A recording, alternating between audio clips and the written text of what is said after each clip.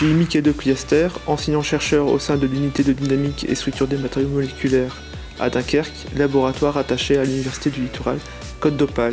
Mon domaine d'étude concerne la thermoélectricité. Ce sont des matériaux qui ont la capacité de convertir de la chaleur en électricité.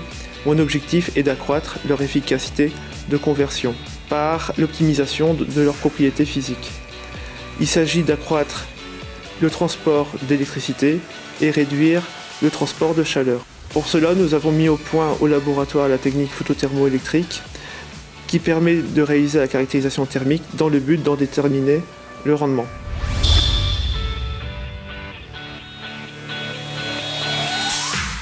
Les applications concernent la récupération de la chaleur perdue par les procédés industriels et les équipements domestiques.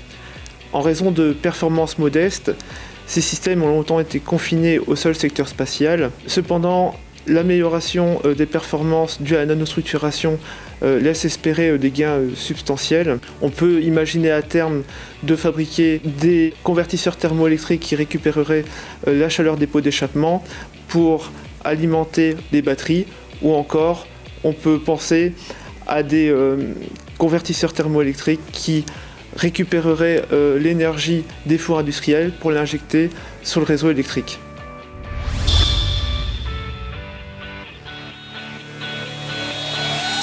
On estime à environ 60% la quantité d'énergie perdue sous forme de chaleur chaque année au niveau mondial.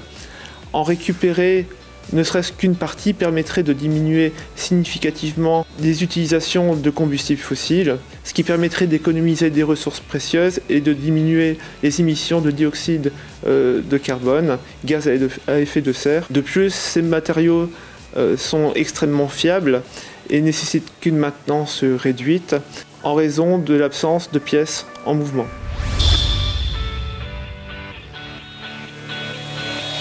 Les matériaux thermoélectriques sont à l'heure actuelle encore trop peu compétitifs pour un déploiement à grande échelle. Les matériaux les plus performants fabriqués en laboratoire sont à l'heure actuelle réalisés avec des matériaux rares et avec des procédés parfois complexes et restent donc chers. C'est pourquoi les recherches actuelles se focalisent sur deux points. Premièrement, l'amélioration du rendement et deuxièmement, trouver des matériaux abondants. À ce titre, on peut introduire des matériaux nobles dans une matrice bon marché et c'est la voie qui est actuellement suivie par le laboratoire.